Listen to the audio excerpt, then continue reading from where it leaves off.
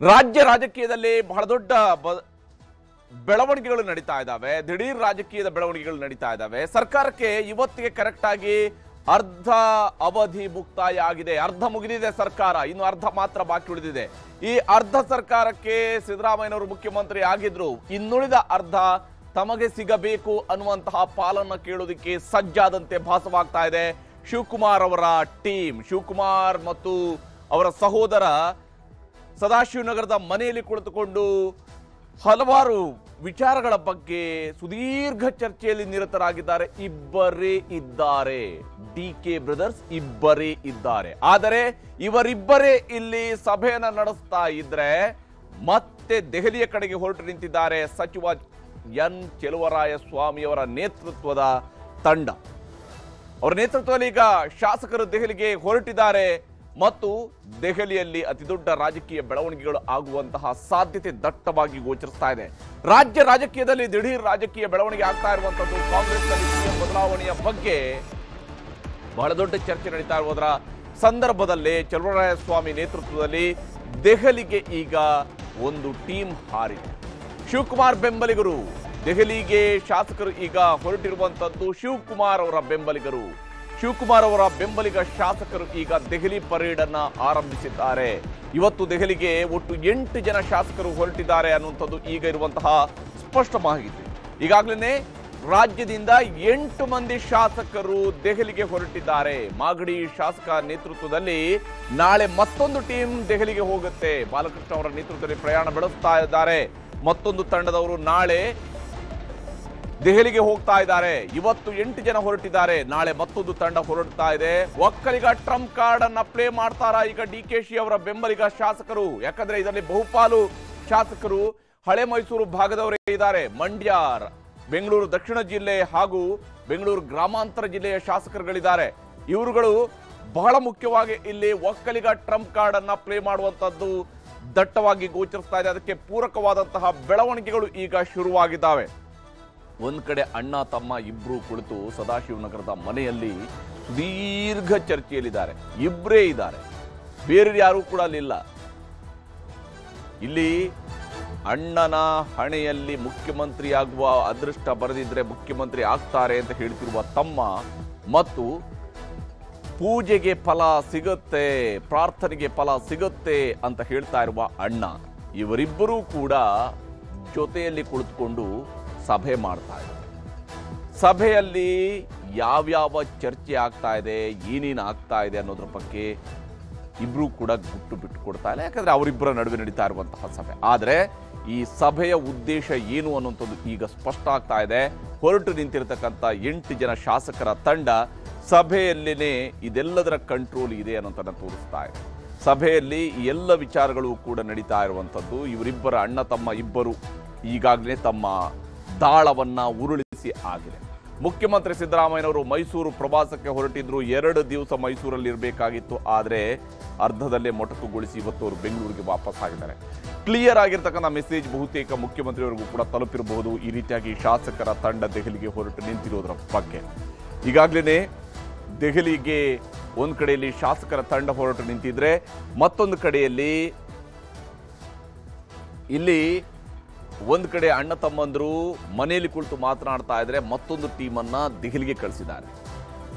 ಸಹಜವಾಗಿಯೇ ಇಲ್ಲಿ ಬಹಳ ಕುತೂಹಲಕಾರಿಯಾಗಿರ್ತಕ್ಕಂತಹ ಬೆಳವಣಿಗೆಗಳು ಸಾಗ್ತಾ ಇದೆ.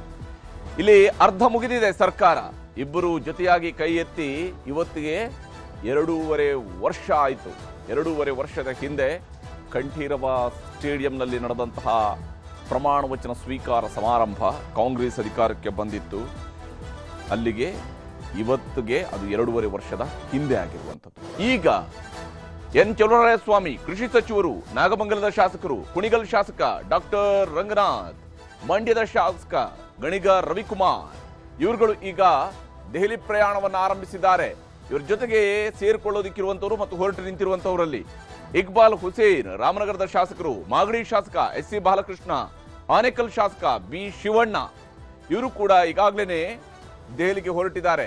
ಹಾಗೂ ಚನ್ನಗಿರಿ ಶಾಸಕ ಬಸವರಾಜ್ ಶಿವಗಂಗಾ ಬಸವರಾಜ್, ನೆಲಮಂಗಲದ ಶಾಸಕ ಎನ್ ಶ್ರೀನಿವಾಸ್ ಮತ್ತು ಗುಬ್ಬಿ ಶಾಸಕ ಶ್ರೀನಿವಾಸ್ ಇವರು ಕೂಡ ದೆಹಲಿಗೆ ಹೊರಟಿದ್ದಾರೆ ಅನ್ನುವಂಥದ್ದು ಇಲ್ಲಿ ಗಮನಾರ್ಹ. ಹಾಗೂ ಕದಲೂರು ಉದಯ್ ಮದ್ದೂರು ಶಾಸಕರು ಮತ್ತು MLC ದಿನೇಶ್ ಗೂಳಿಗೌಡ ಮಂಡ್ಯದ ಏನು ಸ್ಥಳೀಯ ಸಂಸ್ಥೆಗಳಿಂದ ಗೆದ್ದು ಬಂದಂಥವ್ರು. ಯಾಕೆ ಇದನ್ನು ಮೆನ್ಷನ್ ಮಾಡ್ತಾ ಇದ್ದೀನಿ ಅಂದರೆ ಮಂಡ್ಯ, ಬೆಂಗಳೂರು ದಕ್ಷಿಣ, ಬೆಂಗಳೂರು ಗ್ರಾಮಾಂತರ, ದಾವಣಗೆರೆಯವರು ಒಬ್ಬರನ್ನು ಬಿಟ್ಟರೆ ಇವರೆಲ್ಲರೂ ಕೂಡ ಮಂಡ್ಯ, ಬೆಂಗಳೂರು ದಕ್ಷಿಣ ಜಿಲ್ಲೆ ಮತ್ತು ಬೆಂಗಳೂರು ಗ್ರಾಮಾಂತರ ಜಿಲ್ಲೆಯ ನಾಯಕರುಗಳು.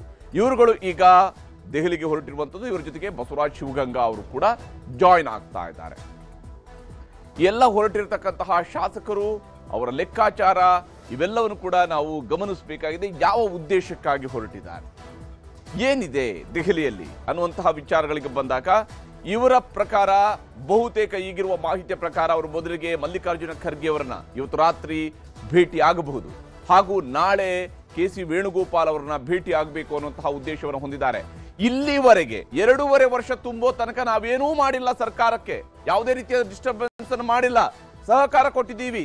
ಆದ್ರೆ 2.5 ವರ್ಷ ಆಗಿದೆ, ಈಗ ನಮ್ಮ ಸರದಿ ಅನ್ನುವಂಥದ್ದನ್ನ ಕ್ಲೇಮ್ ಮಾಡೋದಕ್ಕೆ DK ಶಿವಕುಮಾರ್ ಹೊರಟಿರುವಂಥದ್ದು ಸ್ಪಷ್ಟ ಇದೆ. ಈ ವಿಚಾರಕ್ಕೆ ಸಂಬಂಧಪಟ್ಟಂತೆ ಏನೇನು ನಡೀತಿದೆ ಅನ್ನೋದ್ರ ಬಗ್ಗೆ ಮತ್ತಷ್ಟು ಡೀಟೇಲ್ಸ್ ಅನ್ನು ಕೊಡ್ತಾರೆ DK ಶಿವಕುಮಾರ್ ಅವರ ನಿವಾಸದ ಬಳಿಯಿಂದ ನಮ್ಮ ಪ್ರತಿನಿಧಿ ತಿಮ್ಮೇಗೌಡ ನೇರ ಸಂಪರ್ಕದಲ್ಲಿ ಜಾಯ್ನ್ ಆಗಿದ್ದಾರೆ. ತಿಮ್ಮೇಗೌಡ್ರೆ, ಏನ್ ನಡೀತಿದೆ ಈಗ ಅಲ್ಲಿ, ಯಾವ ಸ್ವರೂಪದಲ್ಲಿ ರಾಜಕೀಯ ಬೆಳವಣಿಗೆಗಳು ಶುರುವಾಗಿದ್ದಾವೆ? ಹರಿಪ್ರಸಾದ್, ಬಹಳ ಮುಖ್ಯವಾಗಿ ಇವತ್ತು ರಾಜ್ಯ ಸರ್ಕಾರ ಅಂದ್ರೆ ರಾಜ್ಯದಲ್ಲಿ ಕಾಂಗ್ರೆಸ್ ಸರ್ಕಾರ ಅಧಿಕಾರಕ್ಕೆ ಬಂದು 2.5 ವರ್ಷ ಪೂರೈಸಿದೆ. 2.5 ವರ್ಷದ ಬಳಿಕ ಮುಖ್ಯಮಂತ್ರಿಯಾಗಿ DK ಶಿವಕುಮಾರ್ ಅವರು ಪದಗ್ರಹಣವನ್ನ ಮಾಡ್ತಾರೆ, ಮುಖ್ಯಮಂತ್ರಿ ಆಗ್ತಾರೆ ಅನ್ನುವಂಥ ನಿಟ್ಟಲ್ಲಿ ಸಾಕಷ್ಟು ರೀತಿಯಲ್ಲಿ ಚರ್ಚೆ ಆಗ್ತಾ ಇತ್ತು. ಮತ್ತೊಂದು ಕಡೆಯಾಗಿ ಪವರ್ ಶೇರಿಂಗ್ ವಿಚಾರದಲ್ಲೂ ಕೂಡ CM ಬಣ ಮತ್ತೆ DCM ಬಣದ ಜಟಾಪಟಿ ಶುರುವಾಗಿತ್ತು. ಯಾವಾಗ ಮುಖ್ಯಮಂತ್ರಿ ಸಿದ್ದರಾಮಯ್ಯನವರು ತಮ್ಮ ತವರು ಜಿಲ್ಲೆ ಅಂದ್ರೆ ಅವಿಭಜಿತ ಮೈಸೂರು ಮತ್ತೆ ಚಾಮರಾಜನಗರ ಜಿಲ್ಲೆಯಲ್ಲಿ ಏನು ನಿಂತು 5 ವರ್ಷಗಳ ಕಾಲ ನಾನೇ ಅಧಿಕಾರವನ್ನು ಪೂರೈಸ್ತೀನಿ ಅನ್ನುವಂಥ ನಿಟ್ಟಲ್ಲಿ ಪರೋಕ್ಷವಾದಂಥ ಒಂದು ಸಂದೇಶವನ್ನು ರವಾನೆ ಮಾಡಿದ್ರು. ಈ ಕಡೆಯಿಂದ DCM DK ಶಿವಕುಮಾರ್ ಮತ್ತೆ ಅವರ ಸಹೋದರ DK ಸುರೇಶ್ ಅವರು ಪೊಲಿಟಿಕಲ್ ಗೇಮ್ ಆಡೋದಕ್ಕೆ ಶುರುವಾದ್ರ ಅಂತ. ಬೆಳಿಗ್ಗೆ 12 ಗಂಟೆಗೆ DK ಶಿವಕುಮಾರ್ ಅವರ ನಿವಾಸಕ್ಕೆ ಬಂದಂತ DK ಸುರೇಶ್ ಅವರು ಸುಮಾರು 3 ಗಂಟೆಗೂ ಹೆಚ್ಚು ಕಾಲ DK ಶಿವಕುಮಾರ್ ಜೊತೆ ಚರ್ಚೆನ ಮಾಡಿರ್ತಕ್ಕಂಥದ್ದು. ರಾಜ್ಯದಲ್ಲಿ ಈ ಒಂದು ಅಧಿಕಾರ ಹಸ್ತಾಂತರ, ಮತ್ತೊಂದು ಕಡೆಗೆ ಸರ್ಕಾರ ಅಧಿಕಾರಕ್ಕೆ ಬಂದ ಅಂದ್ರೆ ಅಧಿಕಾರವನ್ನು ಪೂರೈಸಿರ್ತಕ್ಕಂಥ ಇನ್ನು 2.5 ವರ್ಷ ಪೂರೈಸಿರ್ತಕ್ಕಂಥ ಹಿನ್ನೆಲೆಯಲ್ಲಿ ಸಚಿವರು, ಶಾಸಕರು, ವಿರೋಧ ಪಕ್ಷದ ನಾಯಕರು, ಮುಖ್ಯಮಂತ್ರಿ ಸಿದ್ದರಾಮಯ್ಯನವರ ಬಣದ ಮುಖಂಡರುಗಳು, ಶಾಸಕರು ಕೊಡ್ತಾ ಇರ್ತಕ್ಕಂಥ ಒಂದು ಹೇಳಿಕೆಗಳನ್ನ ತುಂಬಾ ಸೂಕ್ಷ್ಮವಾಗಿ ಗಮನಿಸ್ತಾ ಇದ್ರು. ಯಾವಾಗ ಖುದ್ದು ಮುಖ್ಯಮಂತ್ರಿ ಸಿದ್ದರಾಮಯ್ಯನವರೇ ಈ ಒಂದು ಹೇಳಿಕೆಯನ್ನ ಕೊಟ್ಟರು, ಆ ಕಡೆಯಿಂದ DK ಸುರೇಶ್ ಅವರು ಭಾವನಾತ್ಮಕವಾದಂತ ಒಂದು ಅಸ್ತ್ರವನ್ನು ಪ್ರಯೋಗ ಮಾಡೋದಕ್ಕೆ ಮುಂದಾದ್ರು. ಏನು, ಮುಖ್ಯಮಂತ್ರಿ ಸಿದ್ದರಾಮಯ್ಯನವರು ಕೊಟ್ಟ ಮಾತಿನಂತೆ ನಡೀತಾರೆ,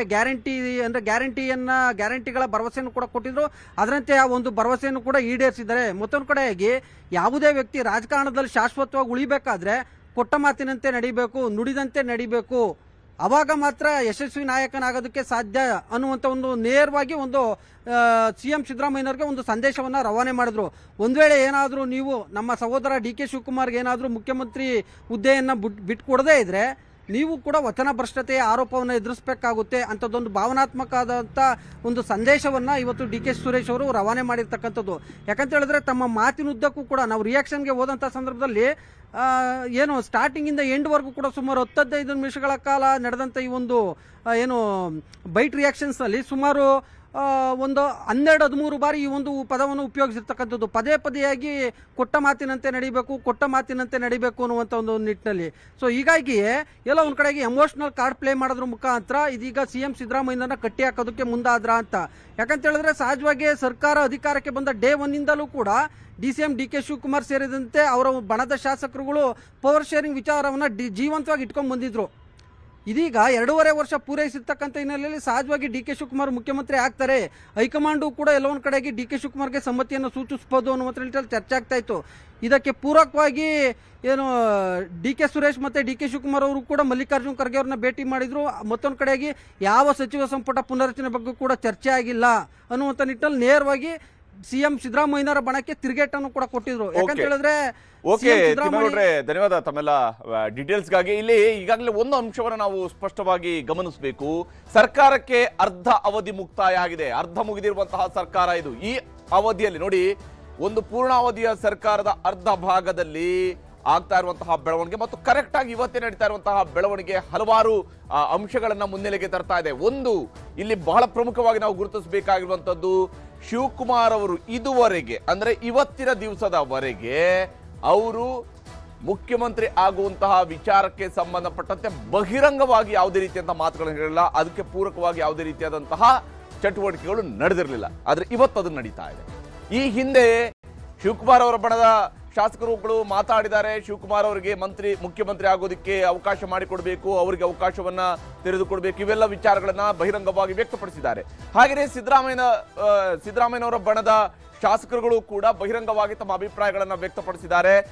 ಸಿದ್ದರಾಮಯ್ಯನವರೇ ಮುಂದುವರಿಬೇಕು, ಅವರೇ 5 ವರ್ಷ ಇರಬೇಕು, ಸಿದ್ದರಾಮಯ್ಯನವರು ಇಲ್ದಿದ್ರೆ ಕಾಂಗ್ರೆಸ್ಗೆ ಕಷ್ಟ ಆಗುತ್ತೆ, ಈ ರೀತಿಯಾದಂತಹ ಅಭಿಪ್ರಾಯಗಳು ವ್ಯಕ್ತ ಆಗಿದ್ದಾವೆ. ಆದ್ರೆ ಎಕ್ಸಾಕ್ಟ್ ಇವತ್ತು ಅರ್ಧ ಮುಗಿದ ಸರ್ಕಾರದಲ್ಲಿ ಇನ್ನರ್ಧಕ್ಕೆ ಬೇಕಾದಂತಹ ಕ್ಲೇಮ್ ಈಗ ಮುನ್ನೆಲೆಗೆ ಬಂದಿರುವಂತದ್ದು ಸ್ಪಷ್ಟವಾಗಿ ಗೋಚರಿಸ್ತಾ ಇದೆ.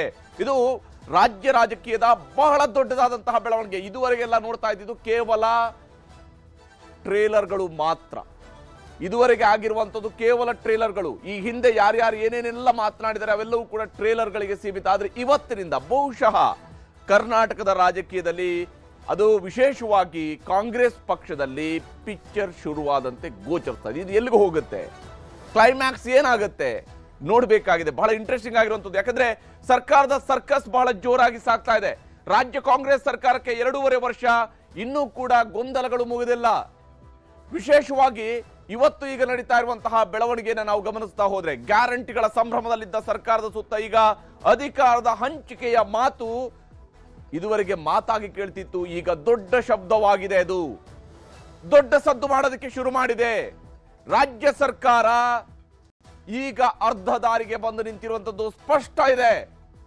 ಅದಕ್ಕೆ ಪೂರಕವಾದಂತಹ ಬೆಳವಣಿಗೆಯನ್ನ ಸಿದ್ದರಾಮಯ್ಯನವರು ಪ್ರಮಾಣ ವಚನ ಸ್ವೀಕರಿಸಿದ ಆ ದಿವಸದ ಮಧ್ಯಾಹ್ನದಿಂದ ಇವತ್ತಿನ ಮಧ್ಯಾಹ್ನದವರೆಗೂ ಕೂಡ 2.5 ವರ್ಷವನ್ನು ಲೆಕ್ಕ ಹಾಕಿನೇ ಇವತ್ತು ಮಧ್ಯಾಹ್ನದ ನಂತರಕ್ಕೆ ಚಟುವಟಿಕೆ ಆರಂಭ ಆಗಿದೆ. ದೊಡ್ಡ ಮಟ್ಟದ ಚಟುವಟಿಕೆ ಆರಂಭ ಆಗಿದೆ. ಅಧಿಕಾರ ಹಸ್ತಾಂತರ, ಸಂಪುಟ ಪುನರ್ರಚನೆ, ಕೆಪಿಸಿಸಿ ಅಧ್ಯಕ್ಷರ ಬದಲಾವಣೆ ಎಲ್ಲವೂ ಕೂಡ ಸಸ್ಪೆನ್ಸ್ ಆಗಿದೆ. ಎಲ್ಲವೂ ಸಸ್ಪೆನ್ಸ್ ಆಗಿದೆ. ಏನಾಗುತ್ತಾ ಇದೆ ಈ ಸರ್ಕಾರದಲ್ಲಿ ಬದಲಾವಣೆ ನಿಶ್ಚಿತ ಆಯ್ತಾ? ಹಾಗಾದ್ರೆ ನಾಯಕತ್ವದ ವಿಚಾರದಲ್ಲಿ ನಿಶ್ಚಿತವಾದಂತಹ ನಿರ್ಧಾರಕ್ಕೆ ಬರೋದಕ್ಕೆ ಸಾಧ್ಯ ಆಗುತ್ತಾ? ಯಾವ ಹಂತದಲ್ಲಿ ಬರ್ತಾರೆ? ಇದು ಈಗಿರುವಂತಹ ಕುತೂಹಲ. ದೆಹಲಿ ವಿಧಾನಸೌಧದಿಂದ ಸದಾಶಿವನಗರಕ್ಕೆ ಶಿಫ್ಟ್ ಆಗಿದೆ ಈ ಕುತೂಹಲ. ಯಾಕಂದ್ರೆ ಇದರ ಎಪಿಸೆಂಟರ್, ಇದರ ಕೇಂದ್ರ ಬಿಂದು, ಈ ಕಂಪನದ ಕೇಂದ್ರ ಬಿಂದು ಈಗ ಕನಕಪುರ ಬಂಡೆ ಖ್ಯಾತಿಯ ಶಿವಕುಮಾರ್ ಅವರ ನಿವಾಸ. ಸದಾಶಿವನಗರದಲ್ಲಿ ಕುಳಿತುಕೊಂಡು ಅಣ್ಣ ತಮ್ಮ ಇಬ್ರು ಸಭೆಯನ್ನು ನಡೆಸ್ತಾ ಇದ್ದಾರೆ. ಮತ್ತೊಂದು ಕಡೆಯಲ್ಲಿ 8 ಜನ ಶಾಸಕರು ದೆಹಲಿಗೆ ಹೊರಟಿದ್ದಾರೆ. ಬಹಳ ಕುತೂಹಲಕಾರಿಯಾದಂತಹ ಬೆಳವಣಿಗೆ ಇದು. ಸದಾಶಿವನಗರದಲ್ಲಿ ಅಣ್ಣ ತಮ್ಮ ಇಬ್ರು ಕೂಡ ಸ್ಟ್ರಾಟಜಿಯನ್ನು ಮಾಡ್ತಾ ಇದ್ದಾರೆ.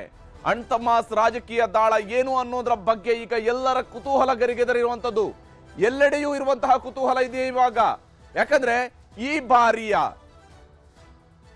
ಬೆಳವಣಿಗೆ, ಇವತ್ತಿಂದ ಶುರುವಾಗಿರುವಂತಹ ಬೆಳವಣಿಗೆ ಎಲ್ಲಿಗೆ ಹೋಗಿ ನಿಲ್ಲುತ್ತೆ? ಇದನ್ನ ಹಾಗಾದ್ರೆ ನವೆಂಬರ್ ಕ್ರಾಂತಿಯಿಂದ ಹೇಳ್ತಾ ಇದ್ದಿದ್ದು. ಬಹುತೇಕ ಅದೇ ನವೆಂಬರ್ ಕ್ರಾಂತಿ ಶುರುವಾದಂತೆ ಗೋಚರಿಸ್ತಾ ಇದೆ. ಕ್ರಾಂತಿನೂ ಇಲ್ಲ, ಎಲ್ಲ ಭ್ರಾಂತಿ ಅಂತ ಹೇಳ್ತಾ ಇದ್ರು. ಇವತ್ತು ಖುದ್ದು ಮುಖ್ಯಮಂತ್ರಿಯವರು ಹೇಳಿದ್ರು ಕ್ರಾಂತಿ ಇಲ್ಲ, ಭ್ರಾಂತಿ ಅಂತ ಹೇಳಿದ್ರು. ಆದ್ರೆ ಈಗ ನಡೀತಾ ಇರುವಂತದ್ದು ಏನು? ಇದು ಯಾವ ರೀತಿಯಾದಂತಹ ಬೆಳವಣಿಗೆ ಇದು? ಇದು ಬಹಳ ಬಹಳ ಬಹಳ ಕುತೂಹಲ ಇರುವಂತದ್ದು. ಯಾಕಂದ್ರೆ ಯಾರಿಗೂ ಕೂಡ ಭೇಟಿಗೆ ಸಮಯಾವಕಾಶವನ್ನು ಕೂಡ ಕೊಡದೇನೆ ಸುಮಾರು 3 ಗಂಟೆಗಳ ಕಾಲ ಅಣ್ಣ ತಮ್ಮ ಇಬ್ಬರೇ ಕುಳಿತು ಮಾತನಾಡಿದ್ದಾರೆ. ಬಹಳಷ್ಟು ವಿಚಾರಗಳ ಬಗ್ಗೆ ಮಾತನಾಡಿರ್ಬೇಕು ಅವರು. ಮತ್ತು ಅವರಿಬ್ರು ಮಾತನಾಡ್ತಾ ಇರುವ ಸಂದರ್ಭದಲ್ಲಿ ಬಹಳಷ್ಟು ಫೋನ್ ಕರೆಗಳು ಕೂಡ ಹೋಗಿರಬಹುದು, ಅಥವಾ ಅದು ಪೂರ್ವ ನಿರ್ಧಾರಿತವೂ ಕೂಡ ಆಗಿರಬಹುದು. ಇಲ್ಲಿ ಒಂದು ಅಂಶವನ್ನು ಗಮನಿಸಬೇಕು.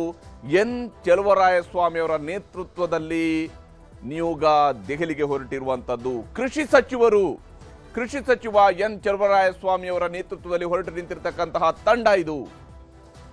ಚೆಲುವರಾಯಸ್ವಾಮಿ ಅವರು ನಾಗಮಂಗಲದ ಶಾಸಕರು.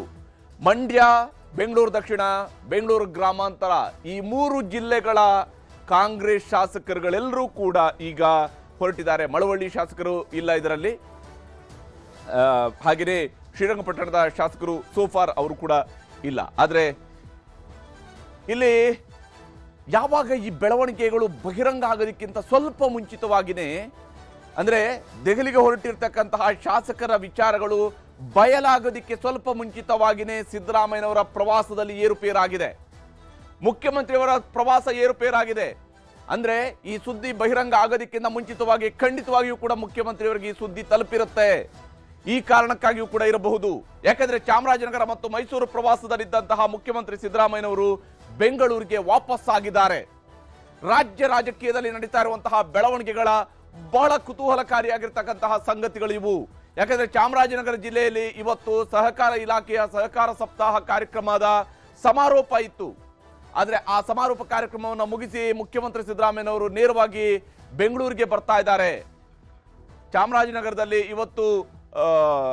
ಇವತ್ತು ಕಾರ್ಯಕ್ರಮವನ್ನು ಮುಗಿಸಿ ನಾಳೆ ಇನ್ನೊಂದು ಕಾರ್ಯಕ್ರಮವು ಕೂಡ ಸಹಕಾರ ಇಲಾಖೆ ಸಂಬಂಧಪಟ್ಟಂತದ್ದು ಬಹುಶಃ ಇತ್ತು. ಅದನ್ನ ಮೈಸೂರಿನಲ್ಲಿ ಉಳಿಯುವಂತಹ ಪ್ಲಾನ್ ಅನ್ನ ಮುಖ್ಯಮಂತ್ರಿಯವರು ಮಾಡ್ಕೊಂಡಿದ್ರು. ಆದ್ರೆ ಈಗ ಅದೆಲ್ಲವೂ ಕೂಡ ಬದಲಾವಣೆ ಆಗಿದೆ. ಮುಖ್ಯಮಂತ್ರಿಯವರು ಬೆಂಗಳೂರಿಗೆ ಬರ್ತಾ ಇದ್ದಾರೆ. ನಾಳೆ ಮತ್ತೆ ಅವರು ಮೈಸೂರಿಗೆ ಹೋಗಬಹುದು. ಬೆಂಗಳೂರಿಗೆ ಬಂದು ರಾತ್ರಿ ಇಲ್ಲೇ ಇದ್ದು ಬೆಳಗ್ಗೆ ಅವರು ಮತ್ತೆ ಪ್ರವಾಸವನ್ನ ಮೈಸೂರು ಕಡೆಗೆ ಮಾಡಬಹುದು ಅಂತ ಹೇಳಿದೆ. ಈ ಹಂತದಲ್ಲಿ ಒಂದ್ ಕಡೆ ಡಿಕೆ ಬ್ರದರ್ಸ್ ಮೀಟಿಂಗ್, ಇನ್ನೊಂದು ಕಡೆಯಲ್ಲಿ ಸಿಎಂ ಪ್ರವಾಸ ಏರುಪೇರು, ಇದು ಹಲವಾರು ಸಂದೇಶಗಳನ್ನ ಕೊಡ್ತಾ ಇರುವಂತದ್ದು ಸ್ಪಷ್ಟ ಇದೆ. ರಾಜ್ಯ ರಾಜಕೀಯದಲ್ಲಿ ನಡೀತಾ ಇರುವಂತಹ ದಿಢೀರ್ ಬೆಳವಣಿಗೆಗಳಿವು. ಅಧಿಕಾರ ಹಂಚಿಕೆ ವಿಚಾರದಲ್ಲಿ ಇನ್ನೂ ಕೂಡ ಯಾವುದೇ ಗುಟ್ಟನ್ನ ಬಿಟ್ಟುಕೊಡ್ತಾ ಇಲ್ಲ ಮುಖ್ಯಮಂತ್ರಿ ಹಾಗೂ ಉಪಮುಖ್ಯಮಂತ್ರಿಯವರು. ಇಲ್ಲಿ ಉಪಮುಖ್ಯಮಂತ್ರಿಯವರು ನಿನ್ನೆ ಬಹಳಷ್ಟು ಮಾತನಾಡಿದ್ದಾರೆ. ನಾನು ಎಷ್ಟು ದಿವಸ ಅಧ್ಯಕ್ಷನಾಗಿ ಇರ್ತೀನೋ ಇಲ್ಲೋ ಅಂತೇಳಿ ಗೊತ್ತಿಲ್ಲ ಅನ್ನುವಂತಹ ರೀತಿಯಲ್ಲಿ ಮಾತನಾಡಿದ್ದಾರೆ. ಈ ಹುದ್ದೆಗೆ ಬೇರೆಯವರು ಬರಬಹುದು ಅಂತ ಹೇಳಿದ್ದಾರೆ. ಕೆಪಿಸಿಸಿ ಅಧ್ಯಕ್ಷರಾಗಿ ಹೇಗೆ ಕೆಲಸ ಮಾಡಬೇಕು ಅನ್ನೋದಕ್ಕೆ ಒಂದು ಮಾದರಿಯನ್ನ ಸೆಟ್ ಮಾಡಿದ್ದೀನಿ ಅಂತ ಹೇಳಿದ್ದಾರೆ.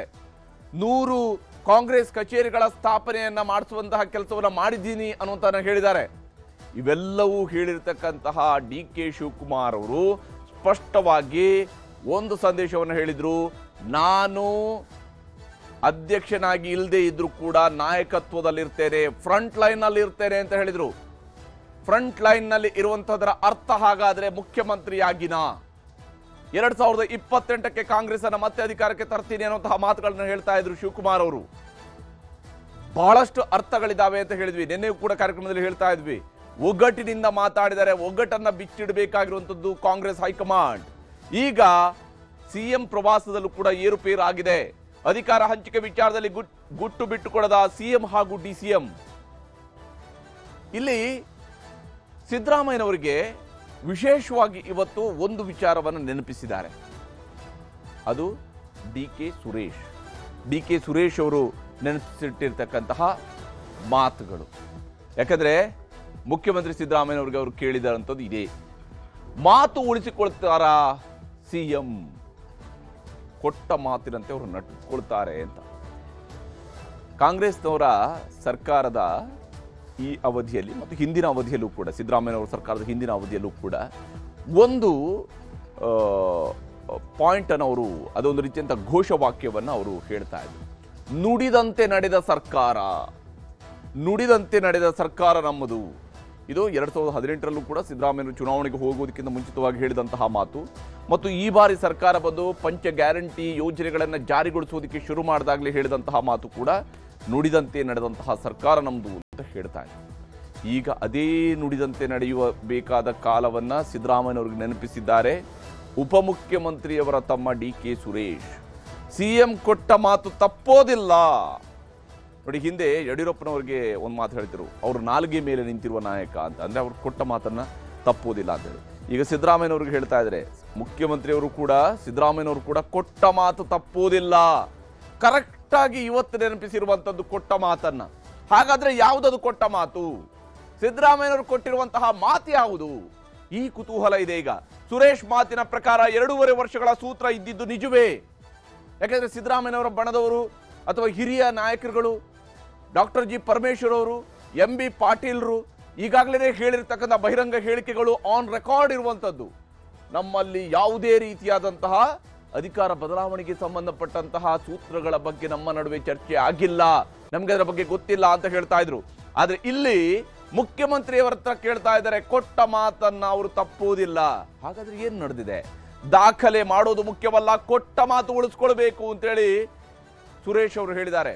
ಯಾಕಂದ್ರೆ ಸಿದ್ದರಾಮಯ್ಯನವರು ಮುಂದಿನ ಜನವರಿ ತನಕ ಮುಖ್ಯಮಂತ್ರಿ ಆಗಿದ್ರೆ ದೇವರಾಜು ಅರಸು ಅವರು ಬರೆದಿರ್ತಕ್ಕಂತಹ ಅತಿ ಸುದೀರ್ಘ ಅವಧಿಯವರೆಗೆ ಕರ್ನಾಟಕದಲ್ಲಿ ಆಳ್ವಿಕೆ ನಡೆಸಿರುವಂತಹ ಮುಖ್ಯಮಂತ್ರಿ ಅನ್ನುವಂತಹ ದಾಖಲೆಯನ್ನ ಸಿದ್ದರಾಮಯ್ಯನವರು ಮುರಿತಾರೆ. ಸುರೇಶ್ ಅವರು ಹೇಳ್ತಿದ್ದಾರೆ, ದಾಖಲೆ ಮುರಿಯೋದು ಮುಖ್ಯ ಅಲ್ಲ, ಕೊಟ್ಟ ಮಾತನ್ನು ಉಳಿಸ್ಕೊಳ್ಳೋದು ಮುಖ್ಯ ಅಂತ. ಸಿಎಂ ಹುದ್ದೆಯನ್ನ ಬಿಟ್ಟು ಕೊಡುವ ಬಗ್ಗೆ ಮಾತು ಕೊಟ್ಟಿದ್ರ ಸಿದ್ದರಾಮಯ್ಯನವರು ಹಾಗಾದ್ರೆ ಮಾತು ಕೊಟ್ಟಿದ್ದರ? ಶಿವಕುಮಾರ್ ಅವರಿಗೆ ಅಧಿಕಾರವನ್ನ ಬಿಟ್ಟು ಕೊಡುವಂತಹ ಮಾತನ್ನ ಸಿದ್ದರಾಮಯ್ಯನವರು ಕೊಟ್ಟಿದ್ದರ? ಯಾರಿಗೆ ಮಾತು ಕೊಟ್ಟಿದ್ರು? ಯಾವ ಕಾರಣಕ್ಕಾಗಿ ಮಾತು ಕೊಟ್ಟಿದ್ರು? ರಾಜ್ಯದ ಜನರಿಗೆ, ಯಾಕಂದ್ರೆ 2020 ಸರ್ಕಾರವನ್ನ ನೋಡಿದ್ವಿ, ಬಹಳ ಬಹಿರಂಗವಾಗಿ ಹೇಳ್ಕೊಂಡಿದ್ರೆ 20 ತಿಂಗಳು ನಾವು 20 ತಿಂಗಳು ನೀವು ಅಂತೇಳಿ. ಇಲ್ಲಿ ಈ ಸರ್ಕಾರದಲ್ಲಿ 30 ತಿಂಗಳು ನಾವು 30 ತಿಂಗಳು ನೀವು ಅಂತೇಳಿ ಏನಾದ್ರೂ ಮಾತು ಕೊಟ್ಟಿದ್ರಾ? ನಿಜಾನ? ಹಾಗಾದ್ರೆ ಶಿವಕುಮಾರ್ ಬಣದವರು ಈ ಹಿಂದೆ ಹೇಳ್ತಾ ಇದ್ದಂತ ಮಾತು ನಿಜಾನಾ? ಆ ಮಾತನ್ನ ಸಿದ್ದರಾಮಯ್ಯನವರು ಕೊಟ್ಟಿದ್ದರಾ? ಯಾರಿಗೆ ಮಾತು ಕೊಟ್ಟಿದ್ರು? ಯಾವ ಕಾರಣಕ್ಕಾಗಿ ಮಾತು ಕೊಟ್ಟಿದ್ರು? ಇವೆಲ್ಲವೂ ಕೂಡ ಈಗ ಗೊತ್ತಾಗಬೇಕಾಗಿರುವಂತಹ ವಿಚಾರಗಳು. ಈ ಪ್ರಶ್ನೆಗಳು ಜನಮಾನಸದಲ್ಲೂ ಕೂಡ ಇದ್ದೇ ಇದ್ದಾವೆ, ಕರ್ನಾಟಕದ ಜನರಲ್ಲೂ ಕೂಡ ಇದ್ದೇ ಇರುವಂತದ್ದು.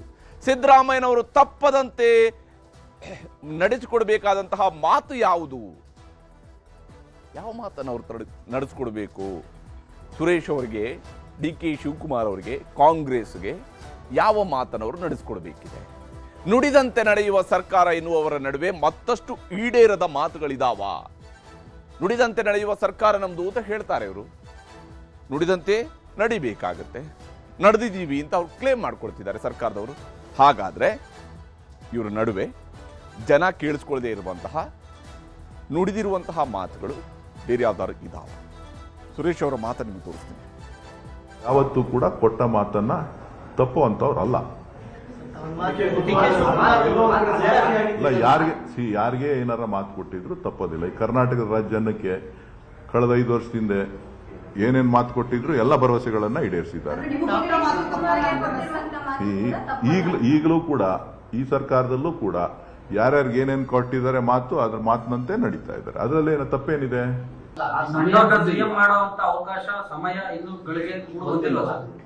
ಹೇಳಿದ್ದೀನಲ್ಲ, ಅದೃಷ್ಟ ಇದ್ರೆ ನಮ್ಮ ಅಣ್ಣ ಮುಖ್ಯಮಂತ್ರಿ ಆಯ್ತಾನೆ ಅಂತ. ಅಲ್ಲ, ಅವರು ಪಕ್ಷದ ಅಧ್ಯಕ್ಷರಾಗಿದ್ದಾರೆ, ಕೆಲಸ ಮಾಡ್ತಾ ಇದ್ದಾರೆ. ನಾಳೆ ಅವ್ರನ್ನ ಬೇರೆಯವ್ರನ್ನ ಮಾಡಿದ್ರೆ ಸಂಪೂರ್ಣವಾದಂತ ಸಹಕಾರವನ್ನ ಯಾರೇ ಅಧ್ಯಕ್ಷರಾಗಿ ಕೆಲಸ ಮಾಡೋದಕ್ಕೂ ಅವಕಾಶವನ್ನು ಮಾಡಿಕೊಡ್ಲಿಕ್ಕೆ DK ಶಿವಕುಮಾರ್ ಅವರು ಸಿದ್ಧರಾಗಿದ್ದಾರೆ. ಶ್ರಮಕ್ಕೆ ಖಂಡಿತ ಪ್ರತಿಫಲ ಇದ್ದೇ ಇದೆ. ಅದಕ್ಕೋಸ್ಕರನೇ ಕಾಂಗ್ರೆಸ್ ಸರ್ಕಾರ ಅಧಿಕಾರಕ್ಕೆ ಬಂದಿತ್ತು. DK ಶಿವಕುಮಾರ್ ಅವರ ಶ್ರಮ ಪ್ರತಿಫಲ ಯಾವತ್ತು ಒಂದಲ್ಲ ಒಂದಿನ ಸಿಗುತ್ತೆ, ಕಾದ್ ನೋಡ್ಬೇಕು. ನನಗ್ ಗೊತ್ತಿಲ್ಲ. ಭರವಸೆಗಳ ಮೇಲೆ ನಾವು ಬದುಕ್ತಾ ಇರೋದು, ನಂಬಿಕೆ ಮೇಲೆ ನಾವಿರೋದು. ಹೀಗೆ ಸಿದ್ದರಾಮಯ್ಯನವರು ಕೊಟ್ಟ ಮಾತಿನಂತೆ ನಡ್ಕೊಳ್ತಾರೆ, ಅವ್ರು ಯಾವತ್ತೂ ಕೂಡ ಮಾತು ತಪ್ಪೋದಿಲ್ಲ ಅನ್ನೋ ಮಾತನ್ನು ಹೇಳಿದ್ದಾರೆ. ರಾಜಕೀಯದಲ್ಲಿ ಒಂದು ಮಾತಿಗೆ ಹಲವು ಅರ್ಥಗಳಿರ್ತವೆ. ಅದು 1+1=2 ಆಗುವಂಥದ್ದಲ್ಲ ರಾಜಕಾರಣ ಅನ್ನುವಂಥದ್ದು. 1+1 ಅನ್ನುವಂಥದ್ದಕ್ಕೆ 2 ಅನ್ನುವಂಥ ಉತ್ತರ ರಾಜಕಾರಣದಲ್ಲಿ ಇರೋದಿಲ್ಲ. ಅದು 1+1 ಅನ್ನುವಂಥದ್ದಕ್ಕೆ 4 ಆಗ್ಬೋದು, 6 ಆಗ್ಬೋದು, 16 ಆಗ್ಬೋದು, ಏನು ಬೇಕಿದ್ರೂ ಆಗ್ಬೋದು. ಆ ರೀತಿಯಾದಂತಹ ಮಾತುಗಳಿವು. ಯಾಕಂದ್ರೆ ಕೊಟ್ಟ ಮಾತನ್ನ ತಪ್ಪುವುದಿಲ್ಲ, ಕೊಟ್ಟ ಮಾತನ್ನ ನಡೆಸ್ಕೊಡ್ತಾರೆ. ಅದು ರಾಜ್ಯದ ಜನರಿಗೂ ಇರಬಹುದು, ಸರ್ಕಾರದ ಕಾರ್ಯಕ್ರಮಗಳಲ್ಲೂ ಇರಬಹುದು. ಹಾಗೇನೆ ಆಂತರಿಕವಾಗಿ ಯಾವ ಮಾತನ್ನ ಹಾಗಾದ್ರೆ ಕೊಟ್ಟಿದ್ದಾರೆ ಅನ್ನುವಂತಹ ಗುಟ್ಟನ್ನ ಮೇಂಟೈನ್ ಮಾಡ್ತಾ ಇದ್ದಾರೆ DK ಸುರೇಶ್ ಅನ್ನೋದ್ರ ಬಗ್ಗೆ ಅನುಮಾನಗಳಿದ್ದಾವೆ. ರಾಮನಗರ ಶಾಸಕರಾಗಿರುವಂತಹ ಇಕ್ಬಾಲ್ ಹುಸೇನ್ ಅವರು ಕೂಡ ಮಾತನಾಡಿದ್ದಾರೆ, ತೋರಿಸ್ತೀನಿ ನೋಡಿ. ಯಾರು ಕೂಡ ನಮ್ಮ ನಾಯಕರು ಯಾವತ್ತೂ ಕೂಡ ಅವಕಾಶವಾದಿ ಅಲ್ಲ. ಅವರ ಸಂಘಟನೆ, ಅವರ ಹೋರಾಟ, ಅವರ ಶ್ರಮ ಇವತ್ತು ನಮ್ಮ ಪಕ್ಷಕ್ಕೆ ಶಕ್ತಿ ಕೊಟ್ಟಿದೆ. ಅದರ ಪ್ರತಿಫಲ ನಾವೆಲ್ಲರೂ ಕೂಡ ಸರ್ಕಾರ ರಚನೆ ಮಾಡಿದ್ದೀವಿ. ಪ್ರಾರ್ಥನೆ ಯಾವತ್ತೂ ಫಲ ಕೊಟ್ಟೇ ಕೊಡ್ತದೆ ಅಂತ ಅವರು ಹೇಳ್ತಾರೆ, ನಾನು ಹೇಳ್ತೀನಿ. ಪ್ರಾರ್ಥನೆ ಯಾವಾಗೂ ಫಲ ಕೊಡ್ತದೆ, ಶ್ರಮಕ್ಕೆ ಯಾವತ್ತೂ ಫಲ ಇದ್ದೇ ಇದೆ. ಹೀಗೆ ಶ್ರಮಕ್ಕೆ ಫಲ, ಈಗ ಶ್ರಮದ ಫಲವನ್ನ ಕೇಳ್ತಾ ಇದ್ದಾರೆ. ಹಿಂದೆ ಸಿದ್ದರಾಮಯ್ಯನವರು ತಮ್ಮ ಎಲೆಕ್ಷನ್ ಕ್ಯಾಂಪೇನಲ್ಲಿ ಕೇಳ್ತಾ ಇದ್ರು. 2018ರ ಕ್ಯಾಂಪೇನಲ್ಲಿ ಮತ್ತು ಅದಕ್ಕಿಂತ ಮುಂಚೆ ನಡೆದಂತಹ ಉಪಚುನಾವಣೆಯಲ್ಲಿ ಸಿದ್ದರಾಮಯ್ಯನವರು ತಮ್ಮ ಕ್ಯಾಂಪೇನಲ್ಲಿ ಹೇಳ್ತಾ ಇದ್ರು, ನಮ್ಮ ಕೂಲಿಗೆ ನಾವು ಮಾಡಿದಂತಹ ಕೆಲಸಕ್ಕೆ ಕೂಲಿ ಕೇಳ್ತಾ ಇದ್ದೀವಿ ಅಂತ ಕೇಳ್ತಾ ಇದ್ರು. ನಾವು ಕೆಲಸ ಮಾಡಿದ್ದೀವಿ, ಅದರ ಕೂಲಿಯನ್ನು ಕೊಡಿ ಅಂತ ಕೇಳ್ತಾ ಇದ್ವಿ ಜನರ ಹತ್ರ. ಅಂದರೆ ನಮ್ಗೆ ಊಟ ಕೊಡಿ ಅಂತ ಕೇಳ್ತಾ ಇದ್ವಿ. ಈಗ ಇವರು ಹೇಳ್ತಿದ್ದಾರೆ, ನಾವು ಶ್ರಮವನ್ನು ಪಟ್ಟಿದ್ದೀವಿ, ಅದರ ಫಲ ಕೊಡಿ ಅಂತ ಕೇಳ್ತಾ ಇದ್ವಿ. ಈಗ ಅದರ ಫಲವನ್ನು ಕೇಳುವ ಸಮಯ ಬಂದಿದೆಯಾ? ಹಾಗಾದ್ರೆ ಆ ಚರ್ಚೆಗಳ ಇದು ಅರ್ಧ ಮುಗಿದ ಸರ್ಕಾರದಲ್ಲಿರುವಂಥದ್ದು ಅನ್ನುವಂತಹ ಕುತೂಹಲ ಇದ್ದೇವೆ. ಆದರೆ ಮುಖ್ಯಮಂತ್ರಿ ಸಿದ್ದರಾಮಯ್ಯನವರು ಸ್ಪಷ್ಟವಾಗಿ ಒಂದು ಮಾತನ್ನು ಹೇಳಿದ್ದಾರೆ, ಜನರ ಆಶೀರ್ವಾದ ಇರುವವರೆಗೂ ನಾನೇ ಮುಖ್ಯಮಂತ್ರಿ, ಜನರ ಆಶೀರ್ವಾದ ಇರುವವರೆಗೂ ನಾನೇ ಮುಖ್ಯಮಂತ್ರಿ, ಯಾವ ಕ್ರಾಂತಿನೂ ಇಲ್ಲ, ಭ್ರಾಂತಿನೂ ಇಲ್ಲ. ಇದು ಸಿದ್ದರಾಮಯ್ಯನವರ ಮಾತು. ನಿನ್ನೆಷ್ಟೇ ಅವರು ಹೇಳಿದರು 17ನೇ ಬಾರಿಯ ಬಜೆಟ್ ಅನ್ನು ನಾನು ಮಂಡಿಸ್ತೀನಿ ಅಂತ ಹೇಳಿ. 2028ಕ್ಕೂ ಮತ್ತೆ ನಾವೇ ಅಧಿಕಾರಕ್ಕೆ ಬರುತ್ತೇವೆ ಅನ್ನುವಂತಹ ಮಾತನ್ನ ಸಿದ್ದರಾಮಯ್ಯನವರು ಹೇಳಿದ್ದಾರೆ. ಆ ಮೂಲಕವಾಗಿ ಯಾರ್ಯಾರಿಗೆಲ್ಲ ಮುಖ್ಯಮಂತ್ರಿ ಆಗುವಂಥ ಆಸೆ ಇದೆಯೋ 28ಕ್ಕೆ ಕಾಯಿರಿ ಅನ್ನುವಂಥ ಅರ್ಥವೂ ಕೂಡ ಅದಕ್ಕೆ ಸಿಗುತ್ತೆ. ಚಾಮರಾಜನಗರದಲ್ಲಿ ನಿಂತು ಸಿಎಂ ಸಿದ್ದರಾಮಯ್ಯನವರು ಈ ಸಂದೇಶವನ್ನ ಕೊಟ್ಟಿದ್ದಾರೆ. ಚಾಮರಾಜನಗರದಿಂದಲೇ ಸಂದೇಶದ ರವಾನೆ ಆಗಿದೆ ಸಿದ್ದರಾಮಯ್ಯನವರ ಕಡೆಯಿಂದ. ಚಾಮರಾಜನಗರದಲ್ಲಿ ನಿಂತು ಮುಖ್ಯಮಂತ್ರಿ ಸಿದ್ದರಾಮಯ್ಯನವರು ಇಂಥದ್ದೊಂದು ಸಂದೇಶವನ್ನು ಕೊಟ್ಟಿದ್ದಾರೆ. ನಾನೇ ಮುಖ್ಯಮಂತ್ರಿ. ಸಿದ್ದರಾಮಯ್ಯನವರು ಮಾತನಾಡ್ತಾರೆ. ಜನ ನಮಗೆ 5 ವರ್ಷ ಕಾಂಗ್ರೆಸ್ ಪಕ್ಷಕ್ಕೆ 5 ವರ್ಷ ಅಧಿಕಾರ ಮಾಡಿ ಅಂತ ಇದ್ದಾರೆ. ನಾವು ಕೊಟ್ಟಿರ್ತಕ್ಕಂಥ ಭರವಸೆಗಳಿದೆಯಲ್ಲ ನಮ್ಮ ಪ್ರಣಾಳಿಕೆ ಮೂಲಕ ಅವುಗಳನ್ನು ಈಡೇರಿಸತಕ್ಕಂಥ ಪ್ರಾಮಾಣಿಕ ಪ್ರಯತ್ನ ಮಾಡ್ತೀವಿ. ನವೆಂಬರ್ ಕ್ರಾಂತಿ ಅಂತಿದ್ರು ಸರ್. ನವೆಂಬರ್ 21 ಯಾವ ಕ್ರಾಂತಿ ಅಂತ ಹೇಳಿದ್ರು? ಕ್ರಾಂತಿನೂ ಇಲ್ಲ, ಭ್ರಾಂತಿನೂ ಇಲ್ಲ. 5 ವರ್ಷ ನಮಗೆ ಅಧಿಕಾರ ಕೊಟ್ಟಿದ್ದಾರೆ. 5 ವರ್ಷ ಆದ್ಮೇಲೆ ಮತ್ತೆ ನಾವು ಚುನಾವಣೆ ನಡೀತದೆ. ಚುನಾವಣೆಯಲ್ಲಿ ನಾವೇ ಗೆಲ್ತೀವಿ. 5 ವರ್ಷ ನೀವೇ ಇರ್ತೀರಾ ಅಂತ ಸರ್? 5 ವರ್ಷ ನೀವೇ ಇರ್ತೀರಾ ಅನ್ನೋದೇ ಚರ್ಚೆಗಳು ಸಖತ್ತು. ಚರ್ಚೆ ಇದು ಅನಾವಶ್ಯಕವಾದಂತ ಚರ್ಚೆ ನಡೀತಾ ಇರೋದು. ಅನಾವಶ್ಯಕ ಚರ್ಚೆ ನಡೀತಾ ಇರೋದು. 2.5 ವರ್ಷ ಆಗ್ಲಿ ಅಂತೇಳಿ ನಾನು ಹೈಕಮಾಂಡ್ ಅವ್ರಿಗೆ ಹೇಳಿದ್ದೆ. ಅದ್ರ ಮೇಲೆ ಚರ್ಚೆಗಳು ಉಟ್ಕೊಂಡಿದ್ದವು. 2.5 ವರ್ಷ ಆದ್ಮೇಲೆ ರೀಸಫಲ್ ಮಾಡೋಣ ಅಂತ ಹೇಳಿದ್ದೆ. ಅದ್ರ ಮೇಲೆ ಚರ್ಚೆಗಳು ಉಟ್ಕೊಂಡಿದ್ದವು. ಸಿದ್ದರಾಮಯ್ಯನವರು ತಾವು ಕೊಟ್ಟ ಮಾತು ಯಾವುದು ಅಂತ ಹೇಳಿ ಹೇಳಿದ್ದಾರೆ. 2.5 ವರ್ಷ ಆಗಲಿ, ಆಮೇಲೆ ಸಂಪುಟ ಪುನರ್ರಚನೆ ಮಾಡೋಣ ಅಂತ ಹೇಳಿದ್ದೆ ಅಂತ ಹೇಳ್ಕೊಂಡು ಇದನ್ನು ಹೈಕಮಾಂಡ್ಗೆ ಹೇಳಿದ್ದೆ ಅಂತ ಸಿದ್ದರಾಮಯ್ಯನವರು ಹೇಳ್ತಾ ಇದ್ದಾರೆ. ಅದು ಇದೇ ಮಾತನ್ನು ಕೊಟ್ಟಿರೋ ಮಾತಾ ಅಥವಾ ಬೇರೆ ಏನಾದರೂ ಮಾತು ಕೊಟ್ಟಿದ್ರಾ? ಯಾವ ಕೊಟ್ಟ ಮಾತನ್ನು ಈಗ ಸಿದ್ದರಾಮಯ್ಯನವರು ನಡೆಸ್ಕೊಡ್ಬೇಕಾಗಿದೆ?